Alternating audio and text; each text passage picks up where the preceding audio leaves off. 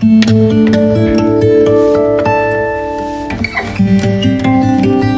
Guys, good evening. आज हम बात करते हैं पिवट टेबल के अंदर चार्ट्स के बारे में। पिवट टेबल का यूज हम कब करते हैं? रिपोर्टिंग पर्पस से, प्रेजेंटेशन पर्पस से, या फिर हम एनालिसिस पॉइंट ऑफ व्यू से पिवट टेबल को यूज करते हैं। तो अगर हम इसके अंदर चार्ट्स को इंट्रोड्यूस कर दें तो क्या होगा? हमारा रिपोर्टिंग, एनालिसिस और प्रेजेंटेशन तीनों इनहेंस हो जाएंगी और इजीली हम एनालाइज कर पाएंगे। तो अब जो पिवट टेबल हम लगाते होते हैं टैबुलर फॉर्म में नंबर्स होते हैं, बट जहां पे हम चार्ट्स को लगाए तो चार्ट्स के अंदर एक ग्राफिकल प्रेजेंटेशन आती है। जो चार्ट्स को मैं देख के जो हमारा अप एंड डाउन स्विंग्स होते हैं, जो हमारा एनालाइज करते हैं, उसका एक व्यू पॉइंट बहुत प्लस हो जाता है। सो आइए गाइस, ऑन द स्क्रीन हम देखते हैं कि पिवट टेबल के अंदर चार्ट्स को हम कैसे इंट्रोड्यूस करते हैं।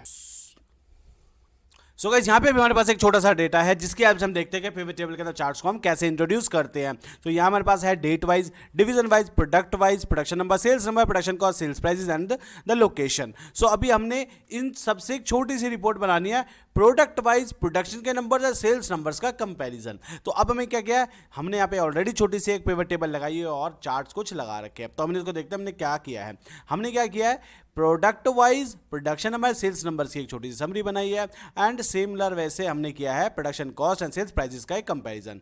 हमने दो हमारे यहाँ पे एक समरी बनाई है। अब हमें क्या करना है, हम यहाँ पे अगर हम देखते हैं टैबुलर फॉर्म में तो ये नंबर्स हमें थोड़ा सा देखने में क्लियर है, लेकिन जहाँ पे हम ग्राफिकल जाते हैं, चार्ट्स के अंदर जाते हैं, तो यहाँ पे प्रेजेंटेशन से एकदम से क्लियर आता है कितना स्विंग जा रहा है, कितना कम जा रहा है, कितना ज़्यादा जा रहा है। इन द सिमिलर वे हमारी कॉस्ट के अंदर भी यही चीज़ है।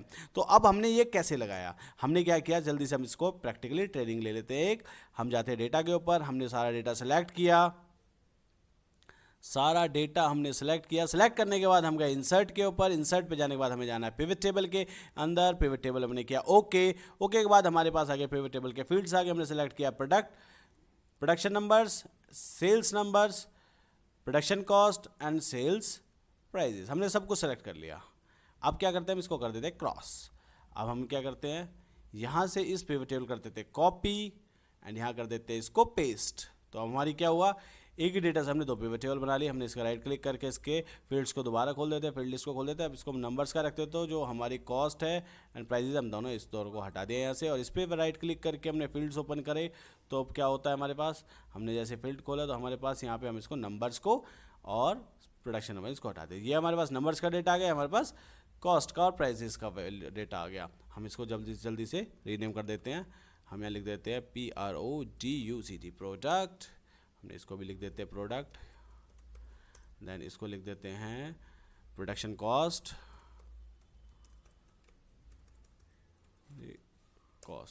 इसको हम लिख देते हैं सेल्स प्राइस, इसको हम लिख देते हैं सेल्स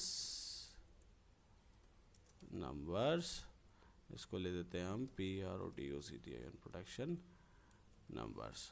अब ये लगा दिया हमने। अब हमने क्या करना है, हमें ग्राफ लगाना है। अब लेकिन ग्राफ लगाने से पहले हम क्या करते हैं, एक छोटा सा पॉइंट करते हैं, एनालाइज पे जाते हैं और स्लाइसर्स पे जाते हैं। हमने ले लिया यहाँ पे प्रोडक्ट्स, ये हमारे स्लाइसर्स आ गए। अब हम जहाँ पे चार्ट हमें लगाने हैं, तो हम चार्ट लगाने के लिए क्या करेंगे, जैसे हम पिवट टेबल के ऊपर क्लिक करते हैं हमारे पास यहाँ पे एनालाइज मोड ओपन होता है। यहाँ पे हमारे पास चार्ट्स हैं। अब चार्ट पे जाते हैं तो हमारे पास एक कॉलम चार्ट है। हमने सबसे पहले हमारे पास जिस भी तरीके का हमें चाहते हैं, जैसे हमारी रिक्वायरमेंट, जैसे हमारे विषय, जैसे हमारे को लगता है कि हमारी ऑडियंस उस तरीके से ज़्यादा कंफर्टेबल होगी, जो अंडरस्टैंडिंग पॉइंट ऑफ व्यू से क्लियर होगा, हम वो वाला चार्ट हम यूज़ कर सकते हैं। हम सबसे पहले यहाँ पे कॉलम का चार्ट पकड़ लेते हैं। हमने क्लिक किया एंड ओके, ये हमारे पास चार्ट इंस्टेंटली लगा हुआ आ गया, हमें कुछ करना ही नहीं पड़ा, ये बन गया, बन गया। अब सिमिलर वे से हम यहाँ पे जाते हैं कॉस्ट के अंदर, analyse mode, charts and then okay, ये चार्ट बन गया हमारा। चार्ट्स हमारे रेडी हैं, बन चुके हैं। अब लेकिन ये तो सिंपल चार्ट बन गया, बट थोड़ा सा जो कहते हैं कि थोड़ी सी सजावट काफ़ी ज़रूरी है, ज़्यादा नहीं चाहिए, थोड़ी सी करते हैं। तो हम क्या करते हैं, सबसे पहले इसका व्यू को जाते हैं, यहाँ से लेने हटा देते हैं। यहाँ पे हम जाते हैं, राइट क्लिक करते हैं, बार के ऊपर क्लिक करके हमने किया right click, then add data labels, then इस बार के ऊपर क्लिक किया, ऐड डेटा लेबल्स, यहाँ क्लिक किया, ऐड डेटा लेबल्स, देन इधर क्लिक किया, ऐड डेटा लेबल्स। तो अब हमारे पास पूरा कंप्लीट डेटा आ गया। थोड़ा सा इसको स्ट्रेच कर देते हैं ताकि हमारे पे नंबर्स और तरह क्लियर आ जाए। अब देखो ये हमारा लग गया। अब हमें क्या करना है, प्रोडक्ट X3 को हम देखते हैं। जैसे हमने प्रोडक्ट X3 पे क्लिक किया, हमारे पास ये आ गया। हमने प्रोडक्ट इसको हमें अपडेट करना है, हमने यहाँ पे क्लिक किया। अब देखो इससे क्या हो रहा है, हमारे पास सिर्फ ऊपर वाली पिवट हमारी अपडेट हो रही है, नीचे वाली पिवट अपडेट नहीं हो रही, क्योंकि हमने जो स्लाइसर लगाना है, दो चीज़ें लगती है, दोनों का कनेक्शन हमारा बिल्ड नहीं हुआ। तो हमें क्या करना पड़ेगा, ऊपर वाले के लिए अलग स्लाइसर्स लगाने पड़ेंगे, नीचे वाले के लिए अलग लगाने पड़ेंगे। तो हम क्या करते हैं, स्लाइसर्स इस पे जाएंगे, पिवट टेबल के ऊपर स्लाइसर्स पे जाएंगे, और स्लाइसर्स जाने के बाद हमने क्लिक करना है किसके ऊपर, स्लाइसर्स पे। यहाँ पे ले लिया हमने प्रोडक्ट नेम। ओके, अब जो देखो ये वाला जो स्लाइसर है और ये वाला स्लाइसर, देखो दोनों के अंदर डिफरेंस आपको क्लियर आएगा। हम लेते हैं यहाँ पे प्रोडक्ट X2, ये हमारे नंबर से आ गए। यहाँ पे X3 लेते हैं तो ये हमारा सेल्स पे चला गया। अब ऐसा क्यों हुआ, तो इसके दो रीज़न है। सबसे पहले जब हमने पिवट टेबल का बेस रेडी किया था, तो हमने बेस से पहले क्या किया, सबसे पहले जो हमने पिवट टेबल बनाया तो उसके अंदर सब कुछ ले लिया और उसको हम अलग अलग करते गए। बट अगर हमें ग्राफिकल प्रेजेंटेशन के अंदर इफेक्ट लाना, देखो इसका इफेक्ट हमारा पिवट टेबल के ऊपर भी नहीं आ रहा है। अब आएगा कैसे वो देखते। क्यों नहीं आया, रीज़न था कि हमने जब पिवट टेबल बनाई थी तो हमने पूरी कंप्लीट पिवट टेबल का डेटा एक साथ बनाया, फिर उसको अलग अलग निकाल दिया और हमने उसके बाद स्लाइसर्स लगाए। अब लेकिन हमें क्या करना है, हमें इस तरीके से काम करना है। हम दोबारा लगा देते तो हमारे दोनों जो हमारे दोनों चीज़ें इनको मर्ज करना था कि हमारे दोनों एक सिंगल क्लिक से दोनों सेल्स नंबर्स, प्रोडक्शन नंबर्स और सेल्स कॉस्ट एंड प्राइजेस दोनों अपडेट रहे। तो हमें जाना है फटाफट से हम पिवट टेबल एक और लगा के दिखाते जहाँ हमने गलती की थी, या फिर गलती की थी या फिर हमारी एक मिसअंडरस्टैंडिंग थी कि हमें पता ही नहीं कि दोनों चीज़ों में कुछ होना चाहिए नहीं होना चाहिए, कम्युनिकेशन गैप।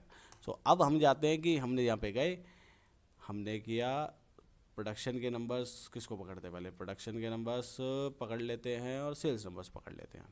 ठीक है, ये एक हमारे पास पिवट टेबल लग गई। हमने किया इसको कॉपी, इसको किया हमने पेस्ट।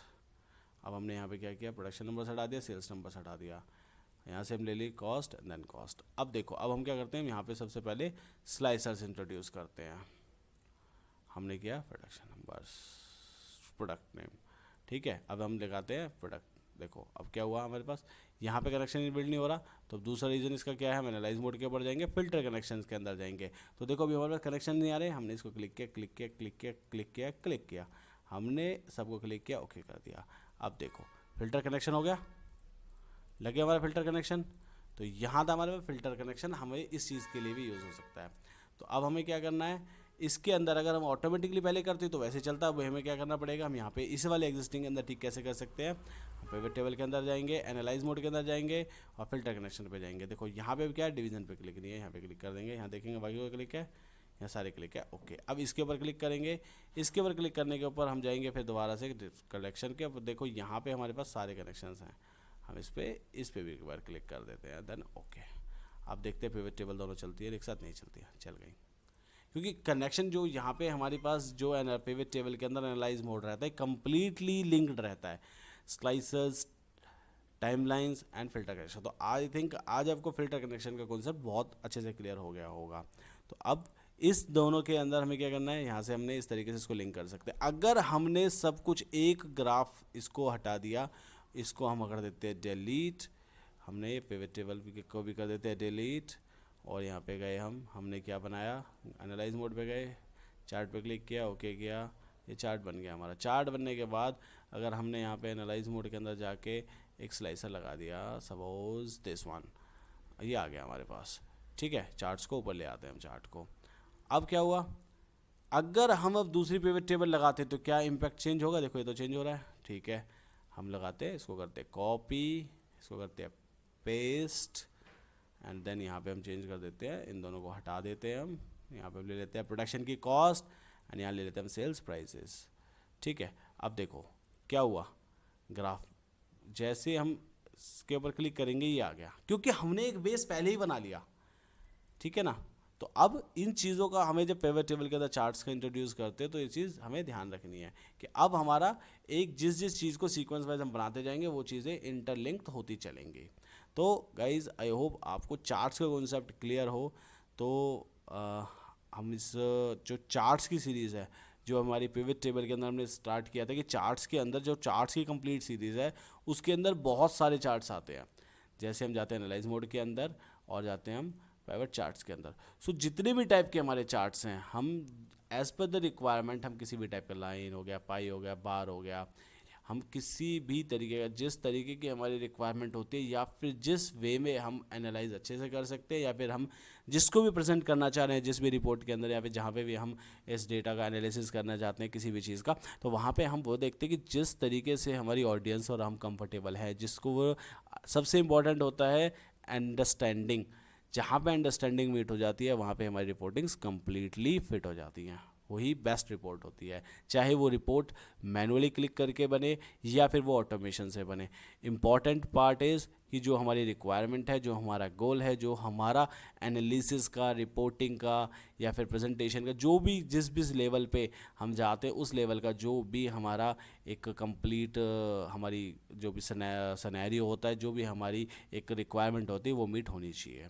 सो गाइज़ ये था हमारे पास एक छोटा सा कॉन्सेप्ट पिवट टेबल के अंदर चार्ट्स को इंट्रोड्यूस करने का। सो अभी हमने क्या किया, एनालाइज मोड के अंदर मोस्टली सारा सब कुछ कवर कर लिया है। सिर्फ हमारे बचे हुए हैं फील्ड इंसर्ट्स हमारे पास बचे हुए हैं, इनको हम यूज़ करेंगे। कंप्लीट पिवट टेबल की एक सीरीज़ हम एक और बनाएंगे जिसके अंदर हम स्टार्टिंग से बिल्कुल स्क्रैच से, इवन मैंने जितनी भी वीडियोस अभी तक पिवट टेबल की बनाई है सबके अंदर मैंने स्टार्टिंग से सब कुछ सारी वीडियोस के अंदर कवर करता हुआ चला हूँ। बट फिर भी मैं इसके लिए कंप्लीट वीडियो बनाऊँगा, उसके बाद हम फील्ड्स आइटम सेटिंग को करके देखेंगे कि हमें अगर यहाँ पे कोई नया एक फील्ड ऐड करना हो जो कि हमें पिवट टेबल के अंदर ना हो, एक मैनुअली फॉर्मूला हमें डालना हो।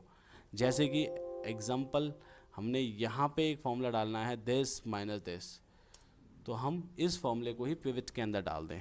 तो वो चीज़ हम कहाँ पे सीखेंगे, हम सीखेंगे उसको इस पॉइंट के अंदर फील्ड आइटम्स एंड सेट्स पे।